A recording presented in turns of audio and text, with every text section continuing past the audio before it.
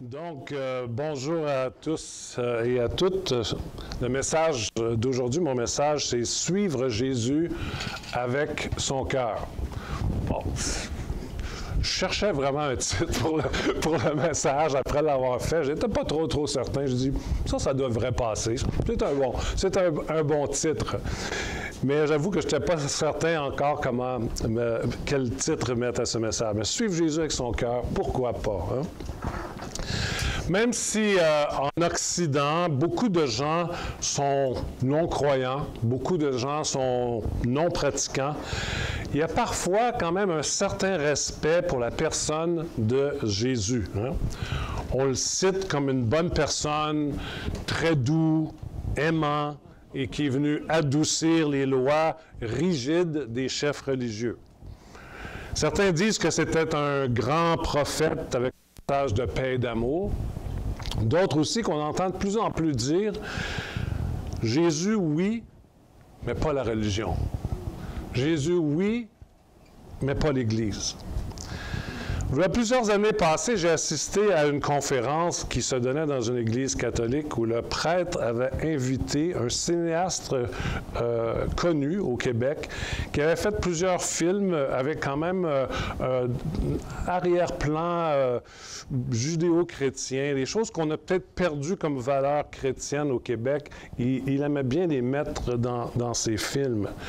C'est un cinéaste qui ne se considère pas comme chrétien, il se considère pas comme un chrétien pratiquant ou comme croyant comme tel, mais il est attaché à certaines de ses valeurs.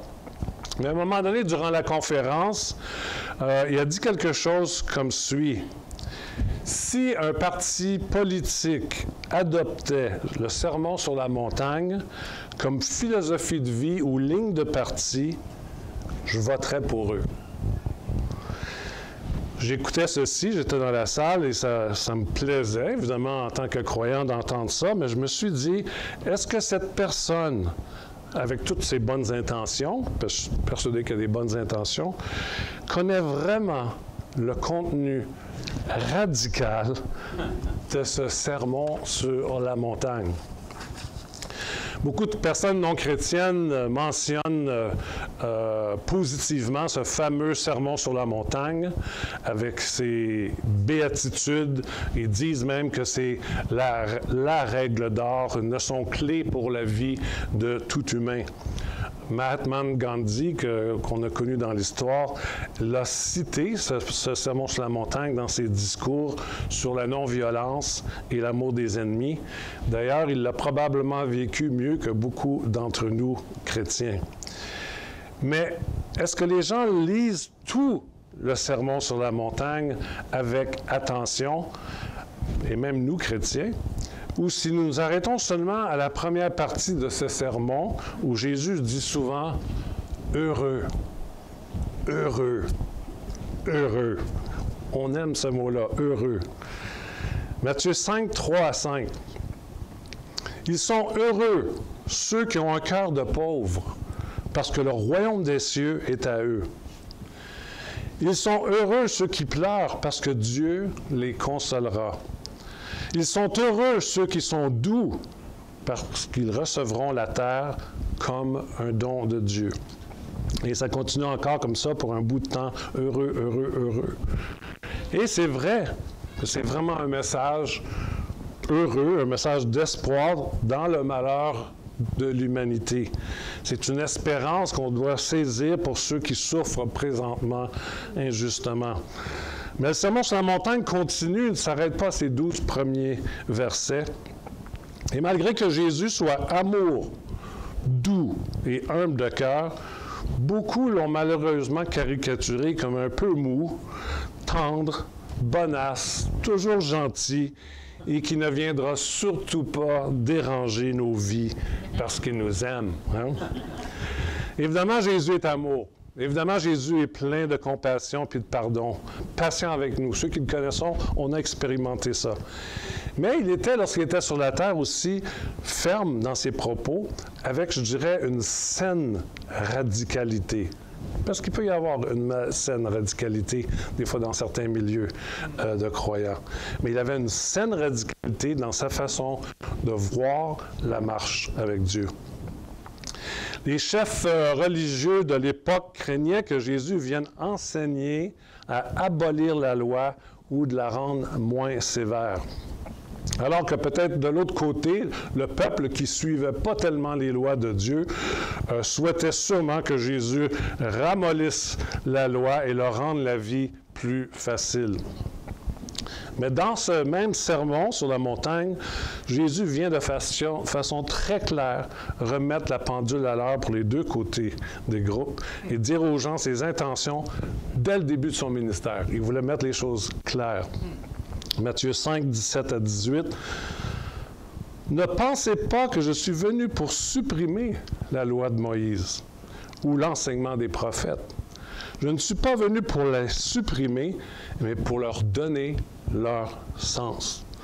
Je vous le dis, c'est la vérité, tant que le ciel et la terre dureront, on ne supprimera rien de la loi, on ne supprimera ni la plus petite lettre, ni le plus petit détail, et cela jusqu'à la fin du monde. » Dans certaines traductions, Jésus dit « Je suis venu non à abolir, mais pour accomplir. » Et dans le grec, abolir se dit katoulo. Mon grec n'est pas super bon dans la prononciation. Je demande à Alain, il est meilleur que moi avec le grec. Là. Merci. Je me sens grec un peu. Donc, dans le grec, abolir se dit katoulo, et ça veut dire laisser dissoudre, renverser, annuler, supprimer. Donc, c'est clair, Jésus n'est pas venu pour dissoudre, renverser, annuler ou supprimer la loi. Et le mot « accomplir », c'est « pléro », qui signifie compléter, faire pleinement, donner du sens. Et c'est ce que Jésus est venu faire, compléter, donner du sens à la loi. Et il l'a fait de plusieurs manières. Et d'ailleurs, pourquoi que Jésus voudrait abolir ou supprimer ou radoucir les lois que lui-même a données dans l'Ancien Testament? Si nous croyons que Jésus est Dieu, il était là lorsque ces lois ont été données aussi à Moïse. Il est plutôt venu pour l'accomplir par sa vie. Jésus a vécu une vie sous la loi, mais il n'a pas péché et il a pu rencontrer toutes les lois et sans faillir. Deuxièmement, lui donner du sens par ses enseignements et constamment Jésus reprenait, rectifiait pour expliquer c'est quoi marcher avec Dieu. Et aussi de compléter la loi en devenant un sacrifice sur la croix, l'agneau de Dieu qui efface nos péchés. Dans l'Ancienne Alliance, donc l'Ancien Testament, lorsque les gens péchaient, lorsqu'ils manquaient le but et enfreignaient les lois de Dieu, bien, il y avait à offrir un animal en sacrifice. C'était une consigne qui venait de la part de Dieu, ça ne sortait pas juste de leur imagination. Mais lorsque Jésus-Christ est mort sur la croix pour nos péchés, il a été le sacrifice ultime. Nous n'avons plus besoin d'offrir des sacrifices pour le pardon de nos péchés, mais tout simplement s'adresser directement à Jésus pour le pardon.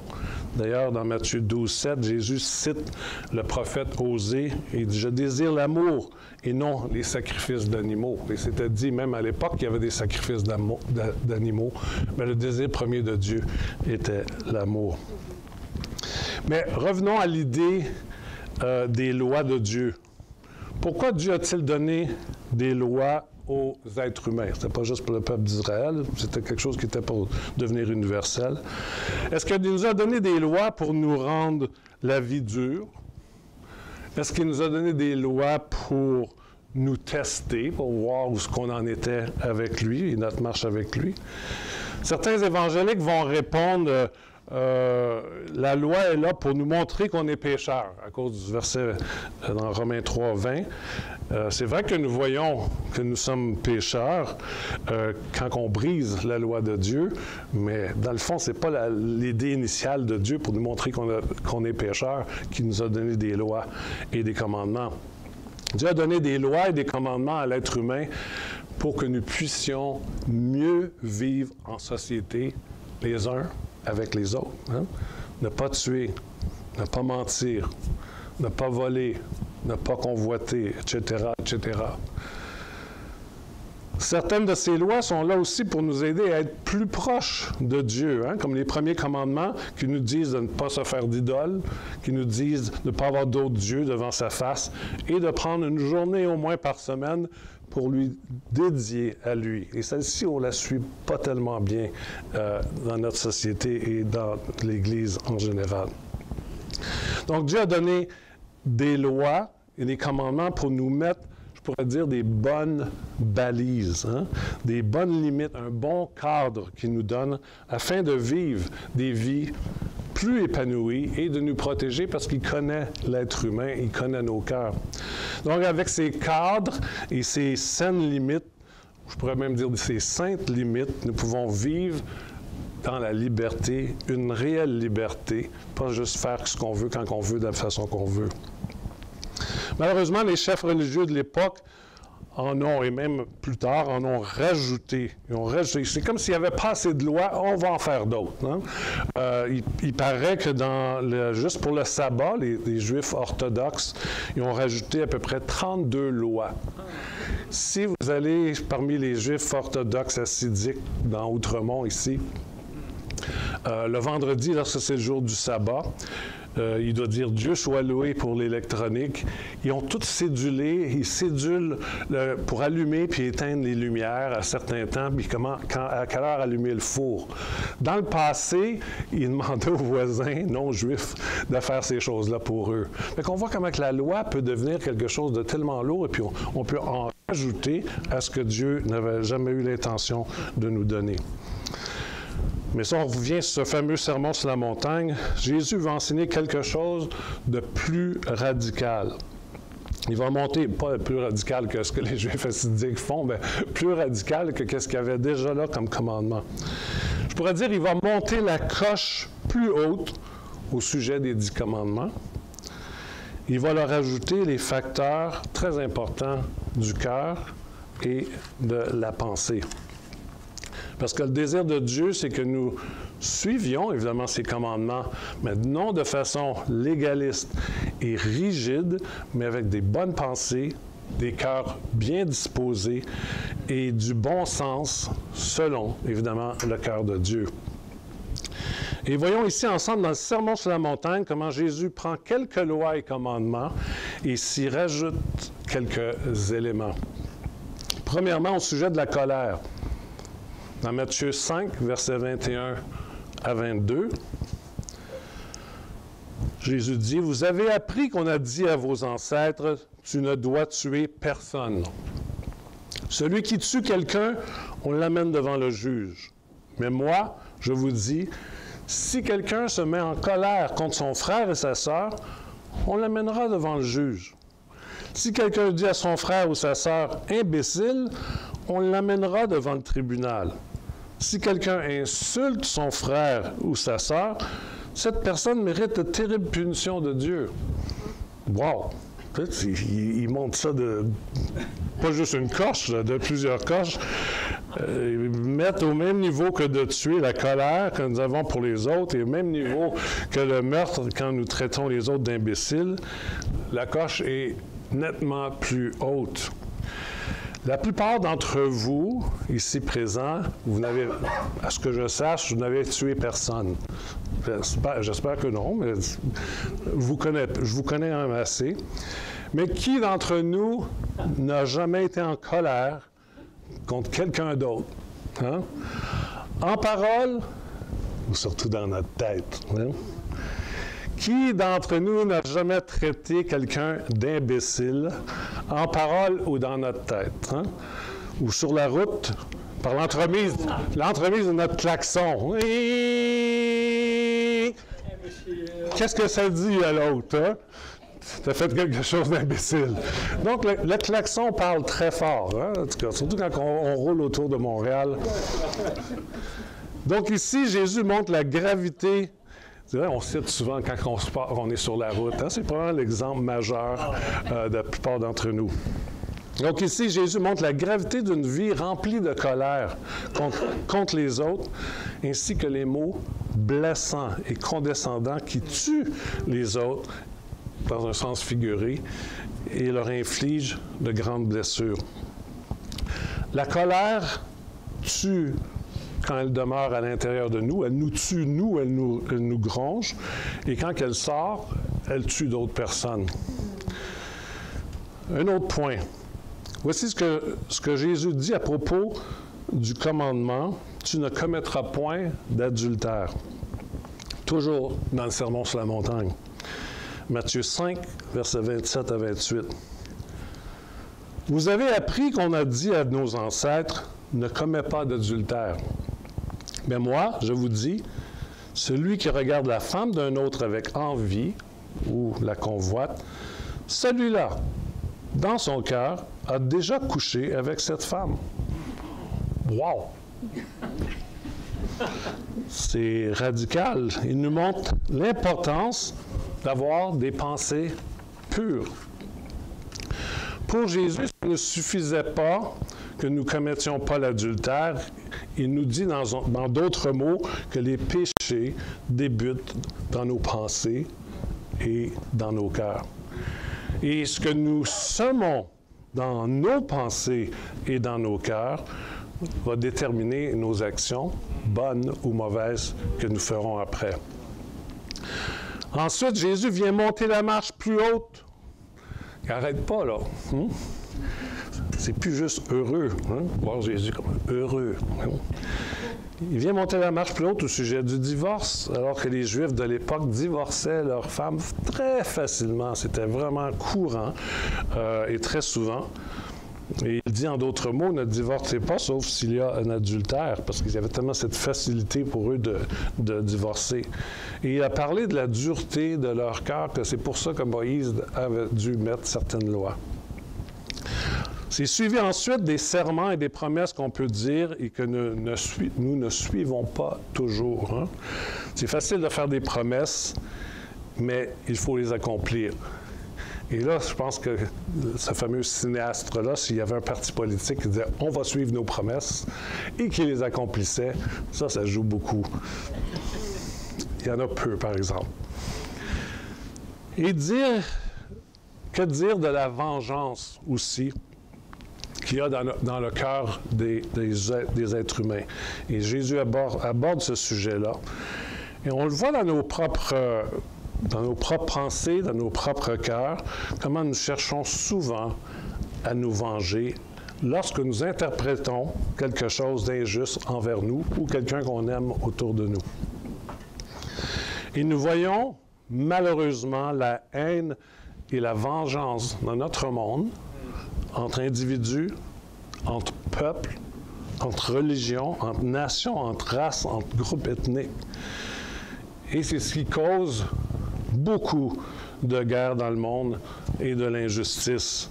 Et on le voit dans l'actualité présente. On n'a même pas besoin de nommer les pays ou les endroits. C'est tellement flagrant. Jésus dit dans Matthieu 5, 38 à 39, « Vous avez appris qu'on a dit œil pour œil et dent pour dent.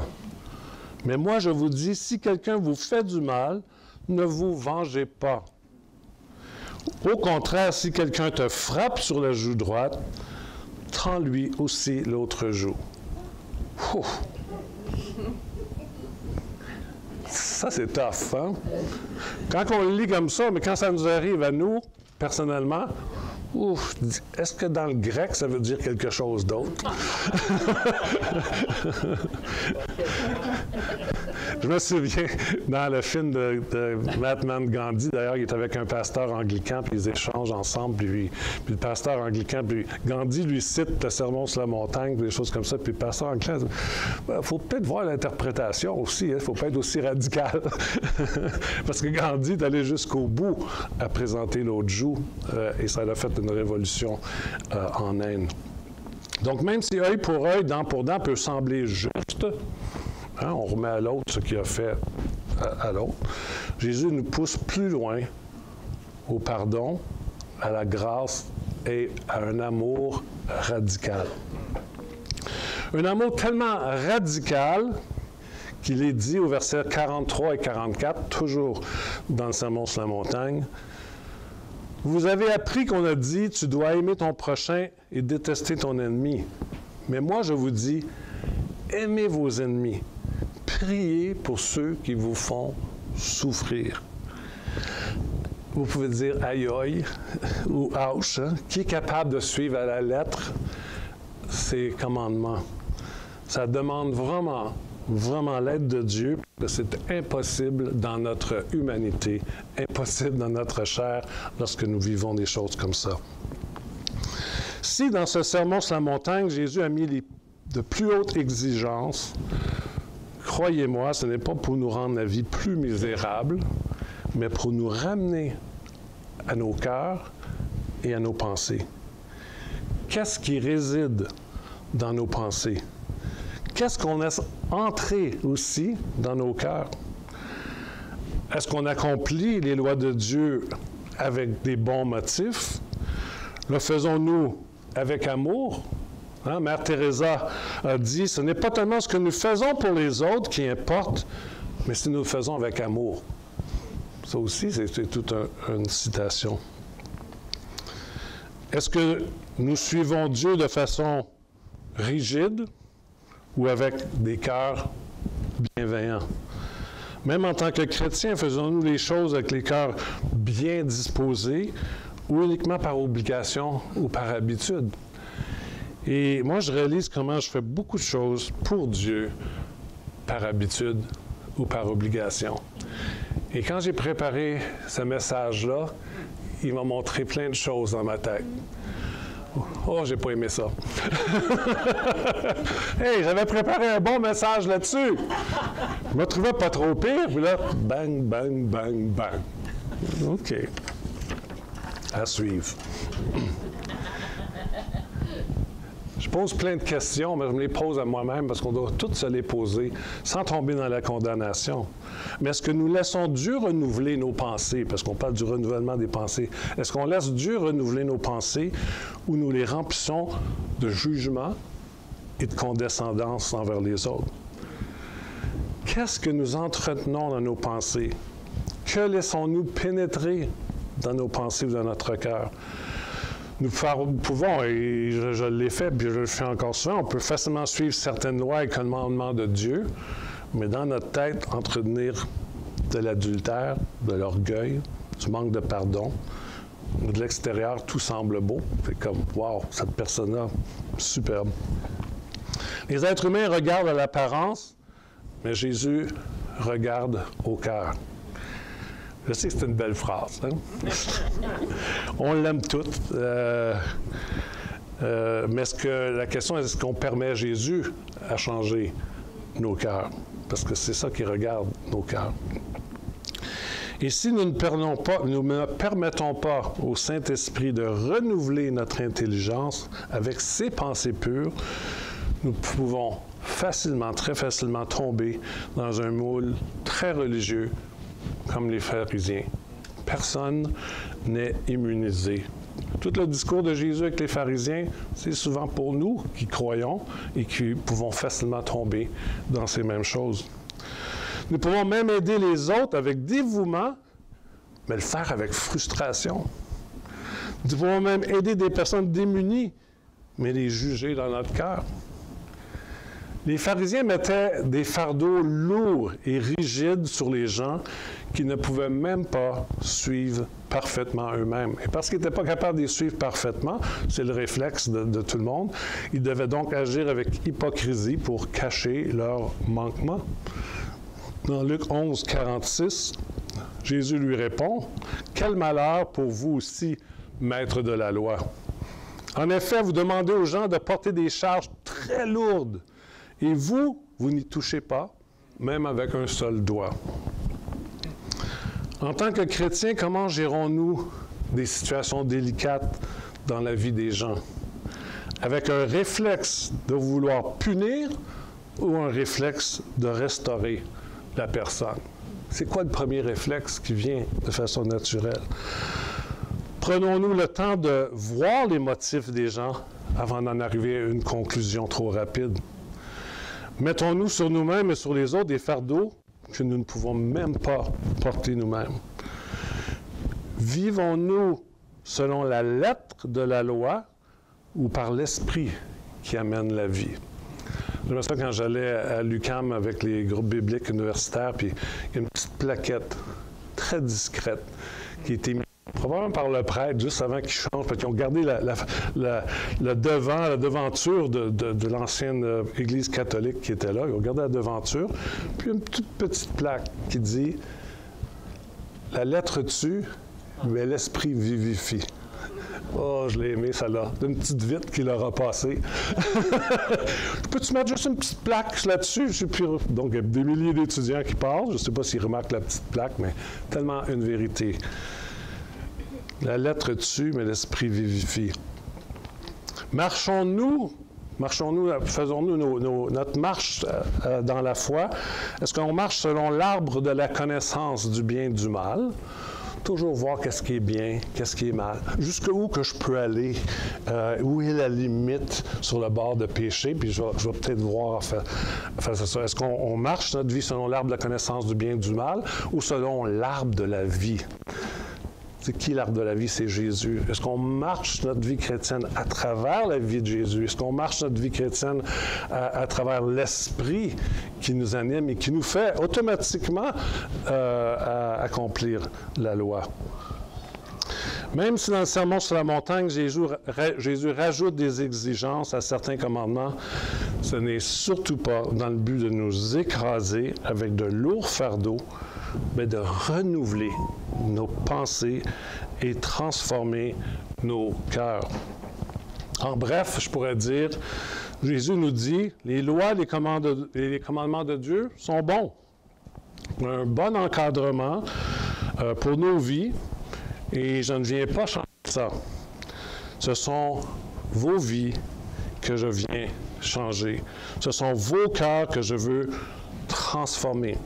Je veux changer votre façon de penser. Je veux renouveler votre intelligence.